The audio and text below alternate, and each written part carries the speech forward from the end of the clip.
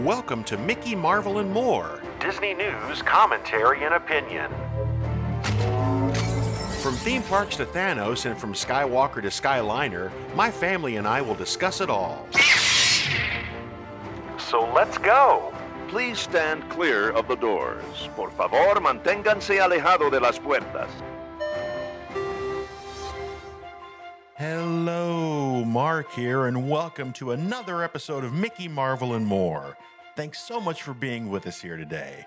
If you're a long-time listener, welcome back. If you're a first-time listener, you picked a really great time to start listening to our little dog and pony show, because this is a milestone episode.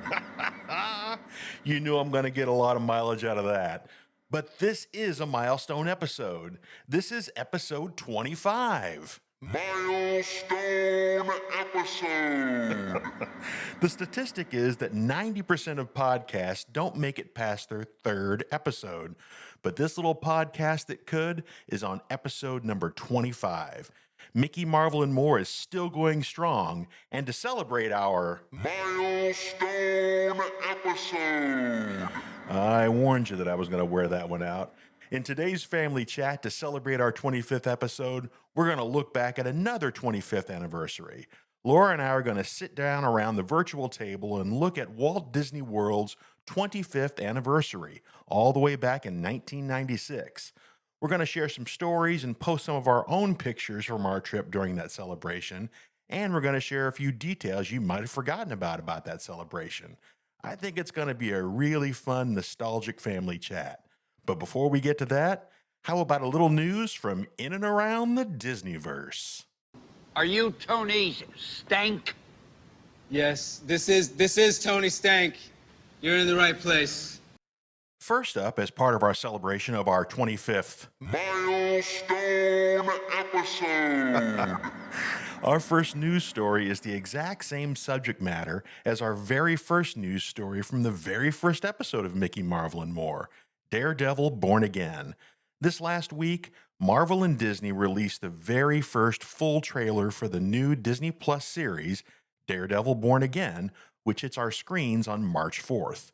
The trailer features all of our favorite characters from the original Daredevil series on Netflix: Matt Murdock, Frank Castle, Karen Page, Foggy Nelson, and the always bald and always very angry Wilson Fisk. Well, they were all present. After the reboot of this series was announced, many, including myself, were a little concerned they would Disney-fy the series a bit and remove a lot of the action and violence that we're accustomed to. Well, after watching the trailer they released, it looks like all of those fears were unfounded. Now, I don't know this for a fact, but I feel like this trailer had more bone-crunching sounds than any trailer I've ever seen. I haven't heard that much bone-crunching since I walked down the stairs this morning. To me, it looks like it's going to be a very true continuation of the story that they were already telling in the very popular Netflix version of the show. Click on the link in the show notes and check out the Daredevil Born Again trailer for yourself. I personally can't wait for March 4th. Let the bone-crunching commence. How old is this milk? Now we have a follow-up to one of our previous news stories. In a Florida court filing issued this past week, fired Walt Disney World cast member Michael Schur has agreed to plead guilty to computer fraud and aggravated identity theft. If you recall, Schur, an ex-Walt Disney World cast member, was being sued by Disney for changing online restaurant and menu information. According to the suit, Schur was fired in June of 2024 and continued to access online menu information for 3 months after his dismissal. Not only did he just change fonts in some of the menus, he also altered the allergen warning information, endangering those who may be allergic to certain foods. Now, in this plea agreement, additional information about the extent of Schur's crimes have been revealed. So, as well as changing fonts and allergy information, he also added a swastika to one menu and changed the geographic information on wine lists to the locations of recent mass shootings. Schur also launched a denial of service cyber attack back in August of 2024, attempting to lock other Walt Disney World cast members out of their company accounts. He also later visited the home of one of his targets during the night, giving a thumbs up to the target's security camera before walking away. Disney later provided security to the aforementioned target and moved them to a hotel as a safety precaution. It sounds like this guy was a real piece of work. Disney has since stopped using the third-party menu creation application and notes in the plea agreement that it's moved to a manual approval and distribution process while a new system is developed. Schur will be subject to a restitution order and a fine when he is sentenced. As to whether he'll serve any prison time, that'll be determined once the full financial loss to Disney has been calculated. We welcome you to the living seas.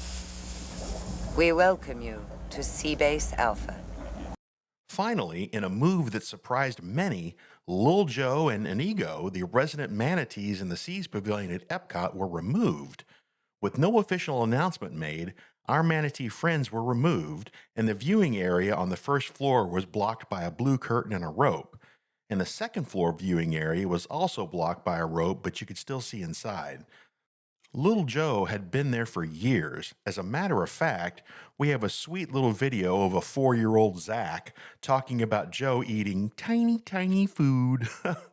And Inigo had only moved to the park back in September. With the recent departure of the small dolphin pod from the seas, many were concerned that there may be big changes coming to the seas with Nemo and friends. But according to a cast member, the manatees that once lived there were just moved to another facility in Florida, and that the team members were currently working backstage to rehabilitate some new animals. It turns out that the seas, or as it was originally called, the living seas, was always meant to be just a temporary way station in the rehabilitation of large sea animals, and animals needing longer-term care would have to go to a facility better equipped to help them. So while it was sad to see Lil Joe and Inigo say goodbye to Epcot, we're happy to report that more manatees will soon be on the way and on display for all of us to see and enjoy. So thanks for the memories, Lil Joe. As always, Mickey, Marvel, and more will be here to bring you any Disney animal news, big or tiny, so stay tuned. Ladies and gentlemen, boys and girls, in just a few minutes, the lights will be dimmed so you can fully experience Magical, our exciting summer fireworks spectacular presented by Honda. Please remain in the same area until the lights return to normal. Thank you. To celebrate Mickey, Marvel, and More reaching its 25th milestone episode. Today in the family chat, Laura and I are going to sit down around the virtual table and talk about Walt Disney World's 25th anniversary celebration. Welcome, Laura. Hi, thanks for having me again. You hadn't heard the milestone episode sound effect. I've been using that throughout the entire show, so nobody will get sick of it, so don't worry. Oh, that's amazing. You know, when I was sitting down compiling information for this chat, it dawned on me that it's been almost 30 years since the 25th anniversary celebration at Walt Disney World. Can you believe that? Wow, time flies. Right? And you also know what dawned on me during this, that what? we are both older than Walt Disney World. Well, sure, but it's close. So let's talk about the 25th anniversary celebration in Walt Disney World. Let's break it down by the numbers. Give us some information about the dates and times themselves and a little bit about maybe opening day. Sure. So the Walt Disney World Resort 25th anniversary celebration ran from October 1st, 1996 to January 31st, 1998. So I don't know that this was the first time that Disney had done a more than a 1 year long celebration, but it was one of the first, if not the first. Well, they had done celebrations in the past for Disney World and Disneyland. Disney World in particular, I think we've got a poster upstairs from the 20th anniversary celebration, but they did like a 5-year, a 10-year, a 20-year. But this was the first celebration that they did in Disney World anyway that ran for an entire year. Most of them were a few weeks, maybe a month or two.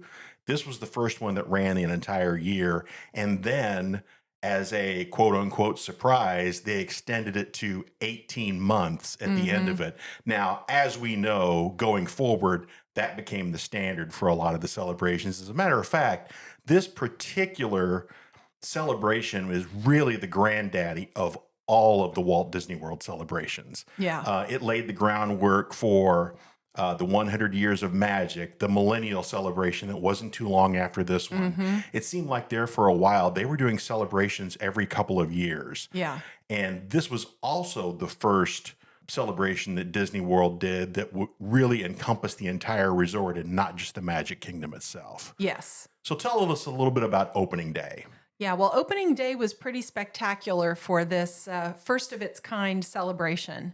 There were speeches by Roy E. Disney, the CEO of Disney at the time, Michael Eisner, and Hillary Rodham Clinton, who was first lady at the time, was part of those I opening forgot she day was there. speeches. They had a thunderous flyover by U.S. military jets, so that must have been quite something to see. The celebration had a lot of things that were firsts that were there to dedicate the celebration. There were free guest of honor badges that were handed out to every park guest. And in fact, we have ours. Pictures of them are in the show notes, I believe. Yeah, they were basically these little cardboard things that they would either put the date of your first visit on, or they would say first visit if it happened to be your first visit. But they were rather unimpressive. They were just this coated cardboard with sticky tape on the back, and it would not hang on your shirt for more than maybe a couple of minutes before it would fall off. The ones I have pictures of are ones that I snagged that we didn't have anything put on. But it kind of shows you the quality of the free item, which, hey, look, it was nice. The granddaddy of the free items they gave away, though, was a lithograph. Yes. And I don't know whether we still have it hanging in the house, but we had it hanging in the house for several years. But I have an example of the lithograph in our show notes today. Yeah, it was a nice lithograph, and that was also complimentary.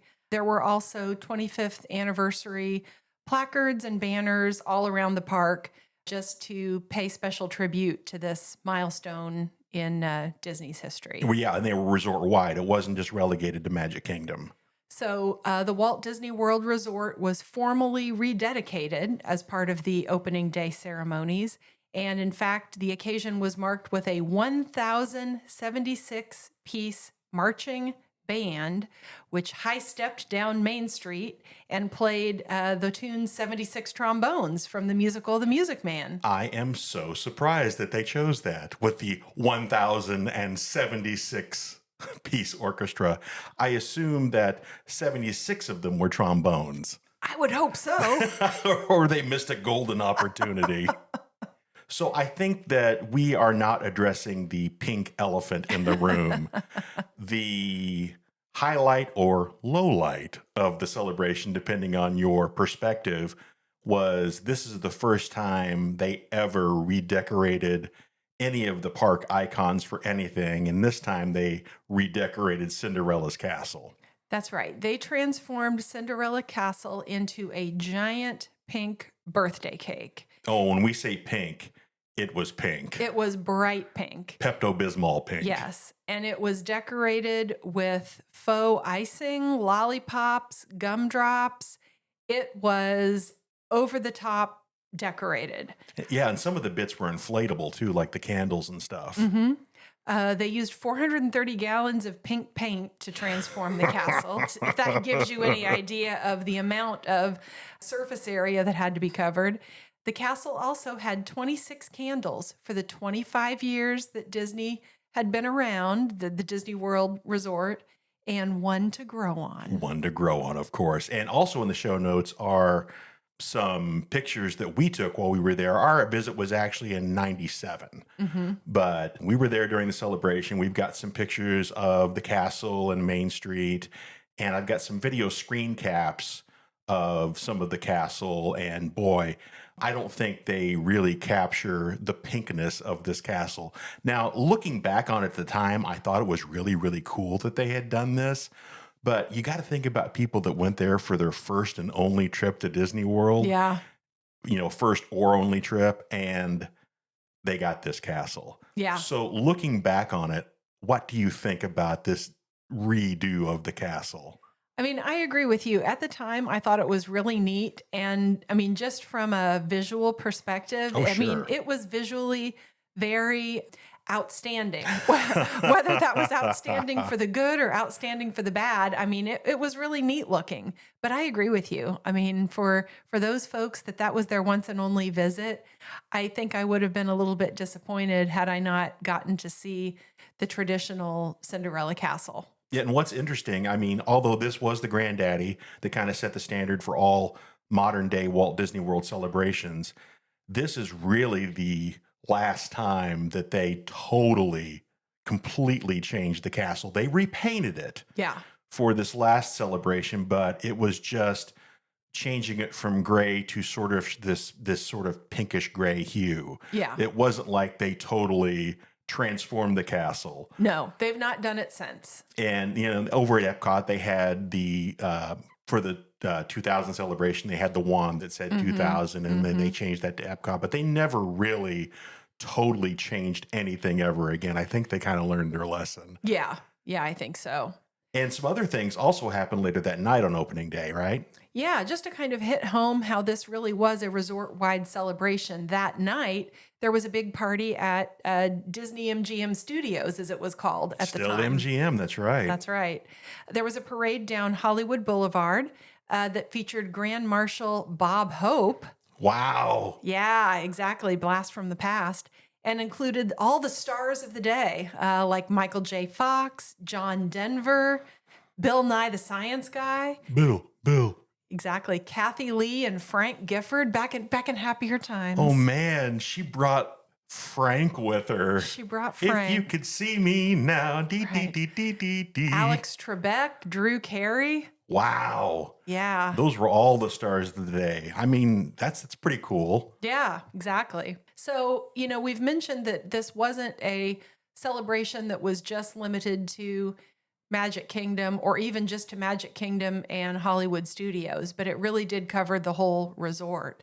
And that included some new hotels and vacation experiences as part of the celebration. As I was looking up this information, I completely forgot how many new things were added, not necessarily on day one of the celebration, but definitely within that 18-month period, they added several things. Why don't you list a couple of them for us? Sure. So one of the things that did open on day one was the then brand new Boardwalk Resort. Yeah. And back when they still had the creepy clown pool. Yeah, that's right.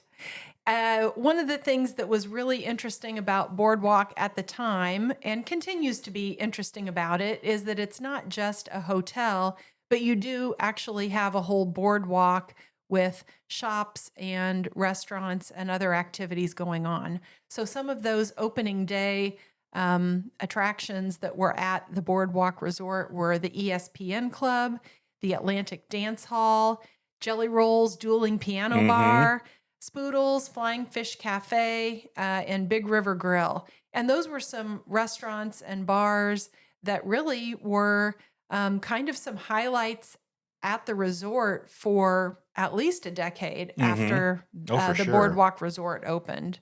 They were trying to capitalize on the time, downtown Disney was still big, and they still, I believe at that time, they hadn't done the West Side just yet. They were getting ready to. I think Pleasure Island, at least in some form, still existed. But they were definitely trying to hit on that all-in-one location for your evening. You go out to eat, you go out to dance, you go out to watch, music performed, and they had it all at the boardwalk, much like they used to have it all over at Pleasure Island, and they were really trying to capitalize on that. I don't know if it ever really took off at the boardwalk. We stayed there recently. They've made some changes since then, but there were still a lot of things to do over there. Yeah. I think a lot of people just kind of underappreciate how nice that little location is. Now, there were two other hotels that opened up during that 25th anniversary celebration period. About a year after the Boardwalk opened, Coronado Springs Resort opened, which was a brand new moderate resort on property. And then the other new hotel complex that opened during that time was the Disney Institute. Oh, yes. The very, I guess, infamous Disney Institute. It was pretty ambitious, I guess is the word I'm looking for. It was. It was kind of a brand new concept, and certainly one that Disney marketed heavily Oh, yes. when it opened. And for those that don't know or don't remember what the Sure. Disney Institute was, it was a resort hotel complex, but the whole idea was that they offered all of these different hobby and interest classes. So you could take cooking classes with Disney chefs. You could take animation classes with Disney artists.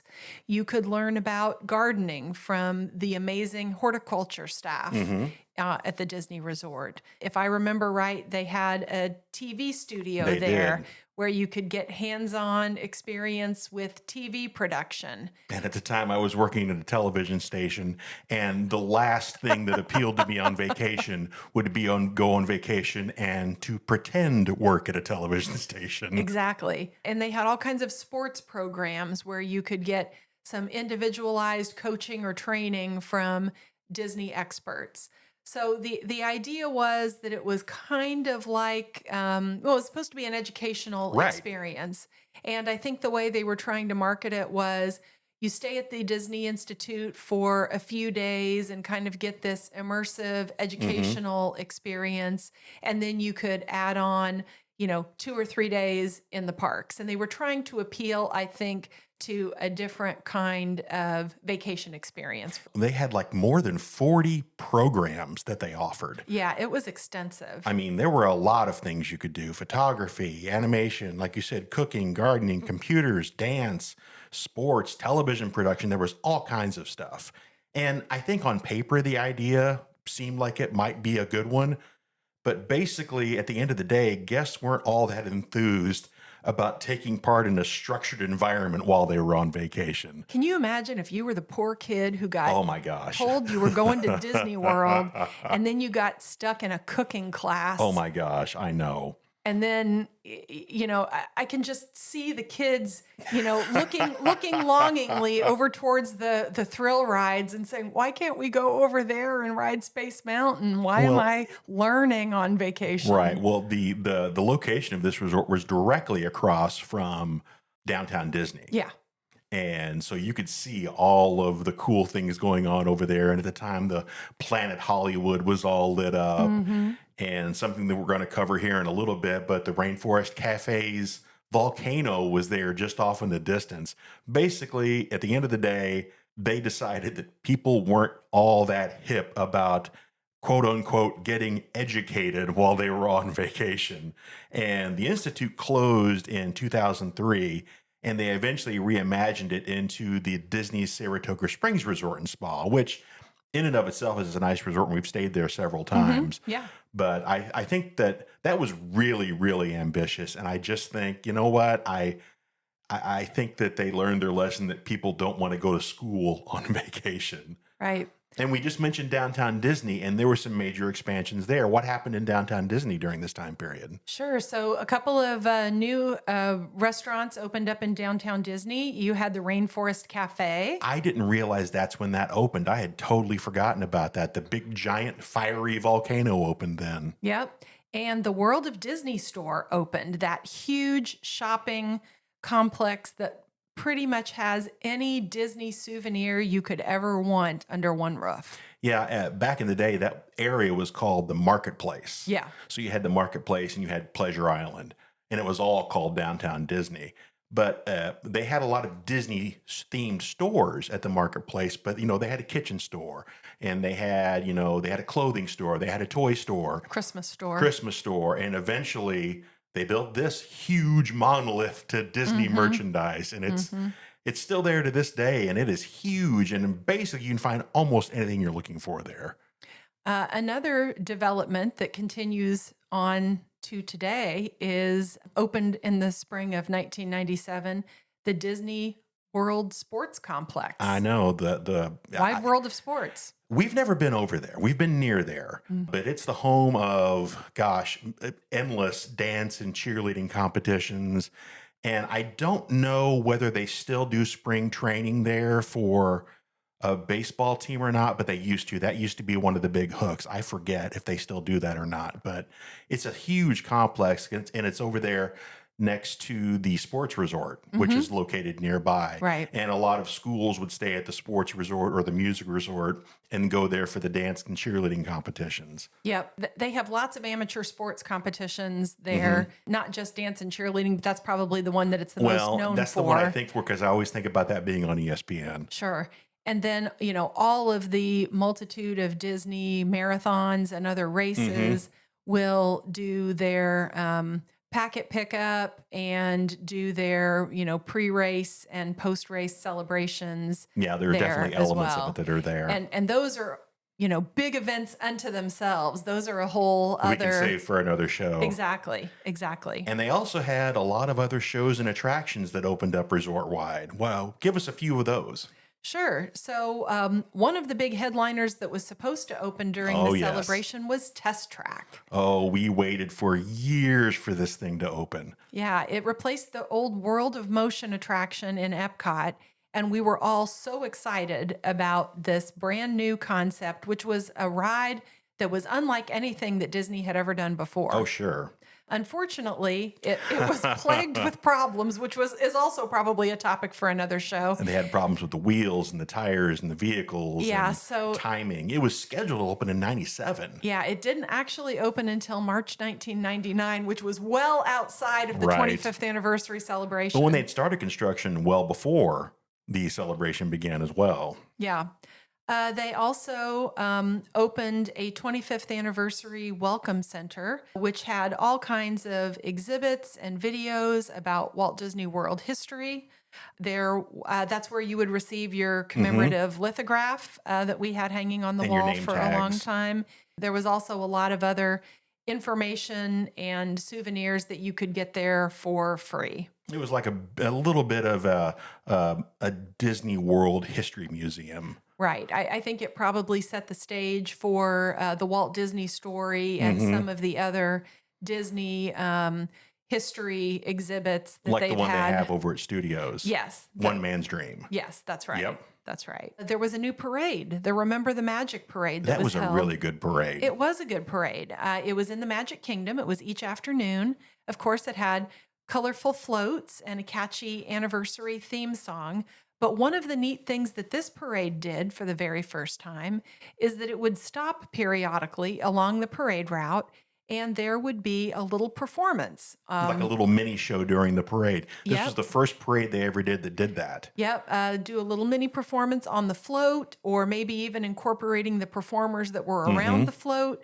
But yeah, at various points along the parade route, the parade would stop and you'd get a little mini show right in front of you that was really neat. Yeah, they've carried that tradition on to today, I believe. Another new area that opened up in the Magic Kingdom was Toontown Fair. Oh, the Toontown Fair. It replaced Mickey's Starland, which for those of you who don't remember where that was next to Fantasyland, in between Fantasyland and Tomorrowland. Yeah, well, what's the area called now? Now it's part of the expanded Fantasyland area. It has the train station, the circus area. The circus area. That's where a Toontown used to be. But at the time, it was a big deal. Our kids loved Toontown Fair for many, many years. Oh my gosh. When the kids were little, it was always, go to Mickey's house, go to Donald's boat, go to Minnie's house. And they had all the hands-on activities inside there.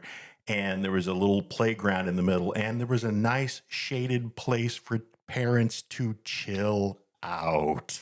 There was a kiddie coaster there, Goofy's Barnstormer. It's still there. Which for a lot of kids was their very first roller coaster. Oh, yes. I remember barely fitting into those little tiny cars. I think one of the things that was so neat about that Toontown Fair area is that, kids really could walk through Minnie's house or walk through Mickey's house. And it wasn't just a play area. It really was going to visit and treated these characters like they were part of the real world. Well, you could see Mickey's laundry going in the washing machine. You could see Minnie's stove baking a cake. There were also new attractions and shows that opened up at other parks as well. Establishing the resort-wide celebration. So at Disney MGM Studios, The Hunchback of Notre Dame, a musical adventure, opened. There was a brand new open-air theater that was built for this purpose. It was behind where Muppet Vision 3D is today. We saw part of that musical while we were there, and I do remember it being pretty impressive looking. I mean, it was not a cast of thousands, but it was definitely a large cast, high production values. It was a high energy, high visual appeal show. Yeah. Then at Epcot, not to be left out of the celebration, they premiered Illuminations 25. So it was an altered version of the Illuminations show that ended with a Circle of Life Sky Show finale with illuminated images from The Lion King. Yeah, the Illuminations currently existed already, but they altered it for this celebration. There were so many things that went on during this celebration. It really was, I've said it 1,000 times already, but the granddaddy of all modern day celebrations. I think that that good things came out of this and a few bad things came out of this. The Pink Castle, never to be seen again. Right. Any final thoughts about the 25th anniversary celebration that you want to note? Well, I'm glad that we were able to experience it since it was a precursor for all the celebrations that came later. And I think it's really fitting that we are covering that 25th anniversary celebration on our 25th milestone episode. Do you mean our 25th milestone episode? You know, I spent half of our budget for this episode on that effect. And you know what the budget for this show is. Well, it shows. All right. Thanks for hanging out with us in the family chat to talk about Walt Disney World's 25th anniversary celebration. See you real soon. Thanks so much for joining us for another episode of Mickey, Marvel, and More. And a big thanks goes out to Laura for helping us celebrate our 25th milestone episode by sitting down around the virtual table in the family chat and talking about Walt Disney World's 25th anniversary celebration. We really love bringing you our little podcast and getting to share our takes on all things Disney, and we can't wait to hit another milestone episode with you, our loyal listeners. See, I didn't use the sound effect that time, which proves that I am capable of restraint. So, after listening to this milestone episode, I'm sorry, I just can't help myself. Be sure to check out the show notes for all of the stories we talked about in this episode. And also, don't forget in the show notes, there is a link to all of our personal video screen caps and pictures from our 1997 trip to Walt Disney World to celebrate the 25th anniversary.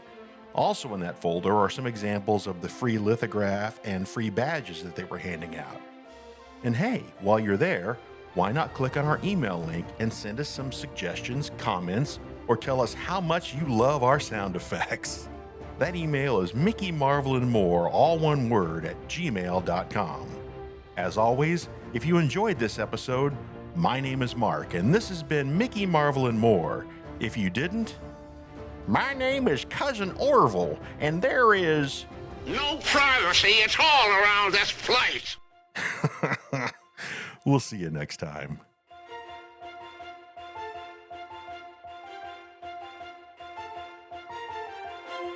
Milestone episode.